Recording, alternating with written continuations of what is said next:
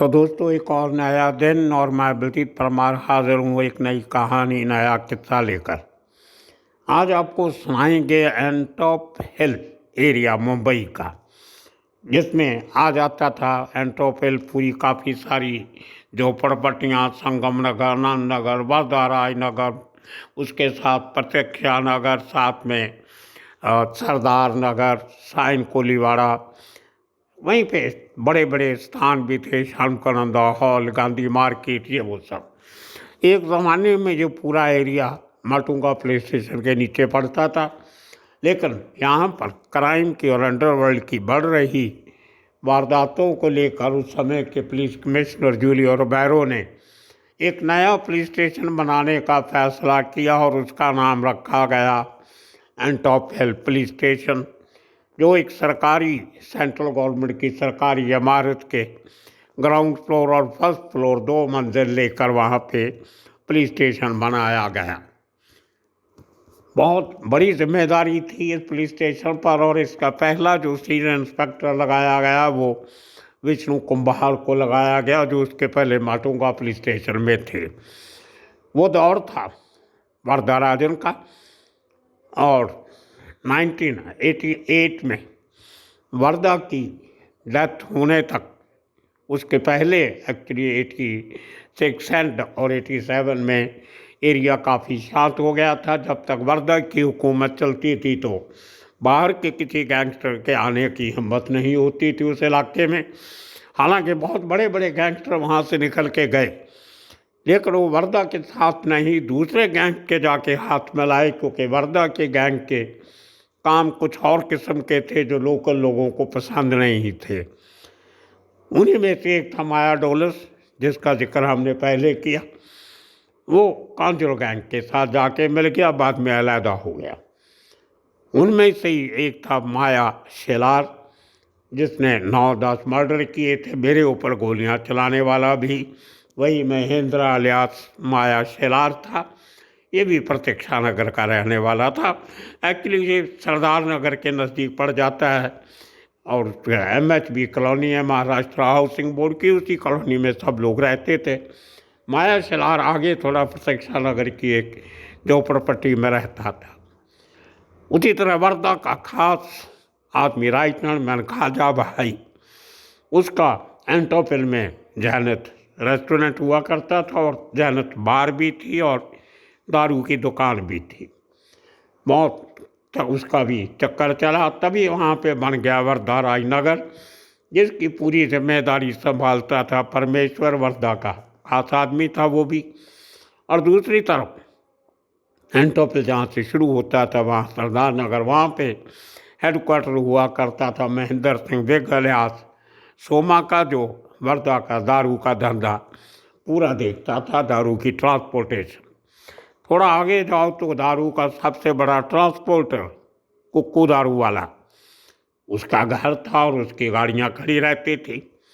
थोड़ा और आगे जाए GTB नगर पुलिस रेलवे स्टेशन की तरफ, तो बालिया और सुरेश 2 भाई थे, बाला सुरेश, उनका बहुत बड़ा ट्रांसपोर्टेशन का धंधा था। दारू का अलग एरिया में ट्रांसपोर्ट करते थे, लेकिन इन सबका बॉस था महेंद्र सिंह बेग अलियास सोमा, जो वर्धा के लिए काम करता था। उसी तरह साइन कोलीवाड़ा में रेलवे लाइन के साथ फुट ओवर ब्रिज के नीचे टिल्लू उस्ताद का अड्डा था, जो पूरा साइन कोलीवाड़ा सरदार नगर जो एरिया पूरा चलाता था, संभालता था। जहाँ पे एंटॉप हिल पुलिस स्टेशन था उसके नज़दीक की एक बिल्डिंग में वर्धा का एक और आदमी रहता था, वो भी काफ़ी फेमस रहा, उसका नाम वो भी याद नहीं आ रहा, बाद में बिल्डर बन गया था। खैर, तो इस तरीके से बहुत सारे एंटॉप हिल से निकले हुए लोग कहीं ना कहीं पहुंच गए। तो दोस्तों, ये एंटॉप हिल की एक ब्रीफ हिस्ट्री जो मैंने आपको सुनाई, लेकिन बहुत से महाराष्ट्रियन लड़के उस इलाके के जो थे वो वर्धा के साथ नहीं मिलते थे। वर्धा के साथ ज़्यादा पंजाबी और साउथ इंडियन लोग थे, मुस्लिम भी बहुत कम थे नाम के, और बाकी पंजाबी जो लड़के थे वो भी एक एक करके वर्धा का गैंग छोड़ गए थे टिल्लू उस्ताद की वजह से, जिनमें हरनाम, जिसको नामा भी बोलते थे, और हर भजन जिसको भजन जाट बोलते थे वो भी छोड़ गया था। सरदूल सिंह दुल्ला वो भी वर्दा का साथ छोड़ के पुलिस के साथ मिलके वर्दा गैंग के खिलाफ हो गए। तो ऐसे काफ़ी सारे सप्लेंटर ग्रुप वहाँ पे बने, जो जब देखा कि वर्दा की सल्तनत कमज़ोर हो रही है तो वो या तो दूसरों के साथ मिल गए और या वर्दा को छोड़ दिया। तो ऐसे बहुत सारे गैंगस्टर थे। और साइन कोलीवाड़ा बहुत बड़ा ईटिंग सेंटर था, वहाँ की मच्छी और चिकन पूरी मुंबई में मशहूर था, जिसको फिश कोलीवाड़ा कहते हैं, वो वहीं पे बहुत मशहूर थी। मिनी पंजाब, ज्ञान का होटल, हरदीप का होटल, ये सब खाने के, और छोटे से एरिया में बहुत सारी बार थी, जिनमें बार कम रेस्टोरेंट, कई में वहाँ पे डांस वांस भी चलता था। हज़ारा होटल था, उसके पीछे एक और होटल था उसके भाई का। तो इस तरीके से खाने पीने का अड्डा था, जो पूरी मुंबई से दूर दूर से लोग रात को वहाँ नॉन वेज खाने आते थे। और सुबह में पूरी और पाए वाला दो बहुत मशहूर थे, मंजीत पूरी वाला और पप्पू पाए वाला, वहाँ भी लाइनें लगी रहती थी। और राशन के लिए भी कोलीवाड़ा मशहूर था। राशन स्टोर जो था बहुत मशहूर था पूरी मुंबई में। राशन का आटा आज भी आधे मुंबई के लोग खाते हैं। खैर, इसी में एक महाराष्ट्रीय लड़का निकला, किरणवाला वलकर। उसने भी कोई वर्दा का गैंग ज्वाइन नहीं किया, कुछ नहीं किया। माया ढोलस के पीछे चलता चलता वो भी कांजूर गैंग में चला गया और अशोक जोशी के साथ काम करना शुरू किया। 88 में जब अशोक जोशी का कत्ल हो जाता है, मर्डर हो जाता है, तो उसके बाद अगले साल 1 साल इन सब लोग सोचते रहे क्या करें कैसे करें, लेकिन इनको कोई नेता नहीं मिला और बहुत सारे लड़के कांजूर से दगड़ी चाल चले गए। इनके रिश्ते पहले भी थे। तो दोस्तों, उनमें से ये किरणवाला वलकर भी था। ये सब लड़के जा पहुँचे अरुण गवली की शरण में। वहाँ भी जाके इनको काफ़ी महीने काम मिला नहीं। इनका इम्तिहान लेते रहे, छोटे मोटे काम करवाते रहे, लेकिन इंडिपेंडेंट काम इनको मिला नहीं। कैसे वो काम मिलना शुरू हुआ और उसके बाद कैसे ये यंग लड़का किरणवाला वलकर, जिसको मैं अक्सर कई बार इसको मैंने ज्ञान सेठ के होटल में उसकी बार में दारू वारू पीते, चिकन मच्छी खाते देखा था, लेकिन तभी अंदाज़ा नहीं का ये बहुत जल्दी, इतनी जल्दी इतना बड़ा क्रिमिनल भी बन जाएगा।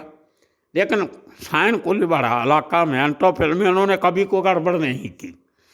ज्ञान सेठ के पास आते थे, अपना बिल देके जाते थे, ये भी मैंने देखा। हालांकि वो हमेशा कहता था रहने दो, कोई बात नहीं, लेकिन जैसे जैसे किरण वलकर ने गवली के साथ काम करना शुरू किया तो फिर इसका थोड़ा आना जाना कम हो गया एंट्रोफिल में, साइन कोलीवाड़ा में। उसका कारण ये भी था कि बाद में वो पूना शिफ्ट कर गया था। ये पूरी कहानी कांजूर से लेके पूना तक और फिर उसके एनकाउंटर तक की कहानी आपको सुनाएंगे हमारे सहयोगी संदेश। बहुत अच्छी खबर निकाल के लाए हैं। चलो चलते हैं मुंबई संदेश के पास, सुनिए। नई बात तो यह है सर कि किरणवाला वलकर और अशोक जोशी के गैंग में बाकी जो लोग थे ना, हाँ जी, वो लोग अशोक जोशी के मरने के बाद सब लोग इधर भायखला दगड़ी चाल आ गए। अरुण गवली को उन्होंने ज्वाइन कर लिया।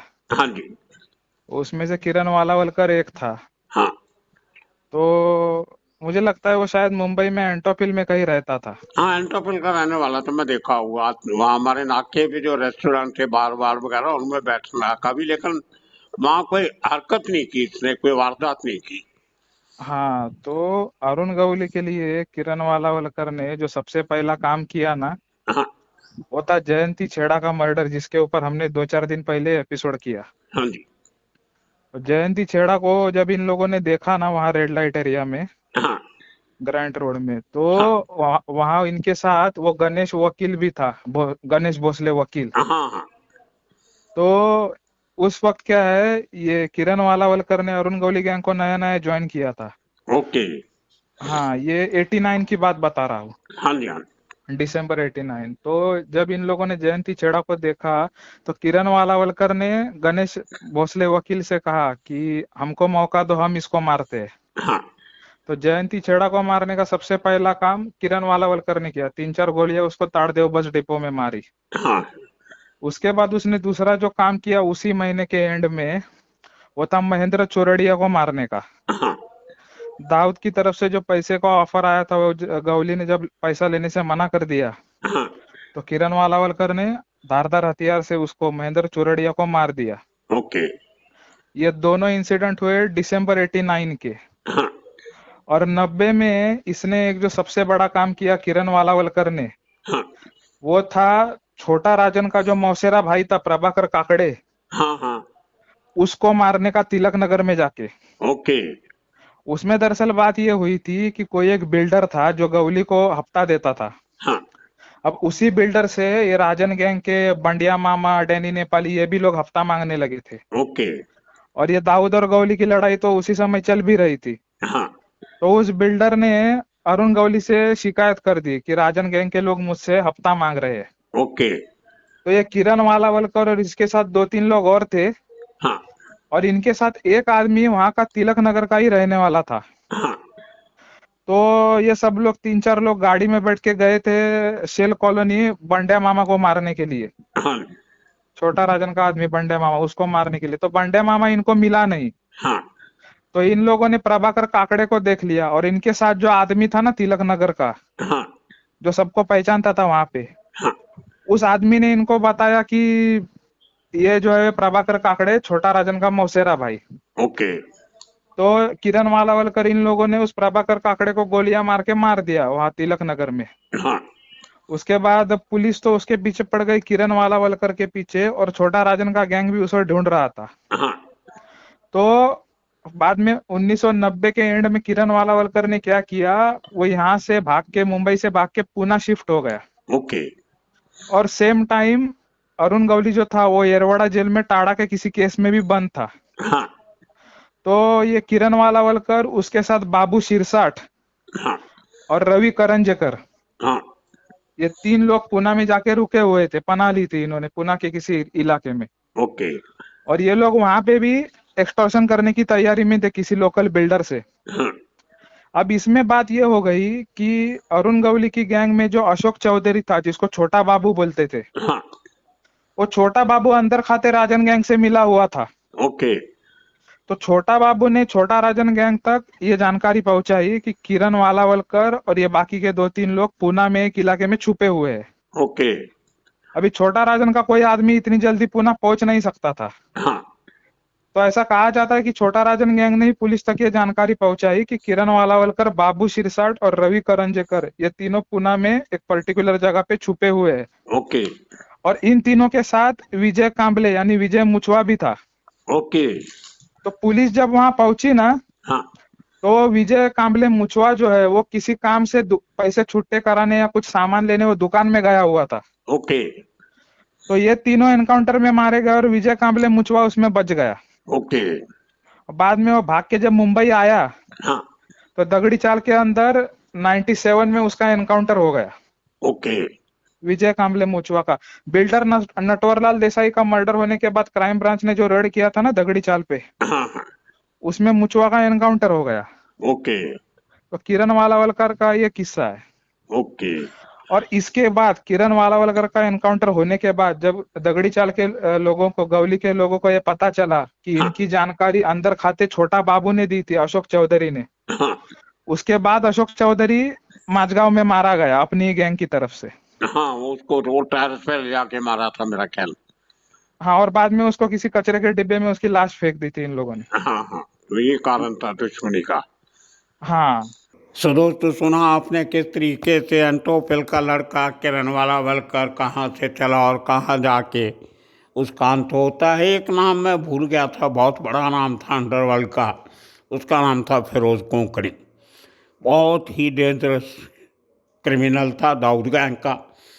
वो शेख मिस्त्री दरगाह जो एंटोपिल पे है, वहाँ क्या जो दरगाह का जो रखवाला था, जो वहाँ का देखने वाला था, उसका बेटा था, उसका भाई भी है, उसको भी जानता हूँ। तो उसके ऊपर जो एपिसोड बनाया था उसमें बताया था कैसे जब उसको अरेस्ट किया तो एंटोपिल में उसका पूरा परिवार और सब भाई लोग मुझे मिले वहाँ पे। तो ये फिरोज कोंकणी भी एंटोफिल का रहने वाला था। इसके अलावा बहुत सारे सिख टेररिस्ट जो एक्सट्रीमिस्ट उस समय पंजाब से भाग के मुंबई में शरण लिए थे, उनमें से भी काफ़ी सारे लोग एंटोफिल में रहते रहे हैं, कुछ सेक्टर 7 में, कुछ किसी दूसरे सेक्टर में। तो एक तरीके से बहुत बड़ा जिंदा सुखा, जिन्होंने जनरल वैद्या को मारा था पूना में, जिंदा सुखा भी एंटोफिल में सेक्टर 7 में रहे 3-3.5 महीने, और वहीं से पुलिस की रेड के पहले भागने में कामयाब हो गए थे, और भागने के बाद उन्होंने जनरल वैद्या का असैसिनेशन किया। सो बहुत मशहूर रहा है एंटोफिल। एक ज़माने में हमने एक सीरीज़ की थी एंटोफिल पे, फिर कभी मौका मिला तो एक बार नए तथ्यों के साथ, नए किस्सों के साथ फिर कभी एंटोफिल पे एक नई सीरीज़ बनाएंगे। तब तक के लिए आप सबका बहुत बहुत शुक्रिया, धन्यवाद।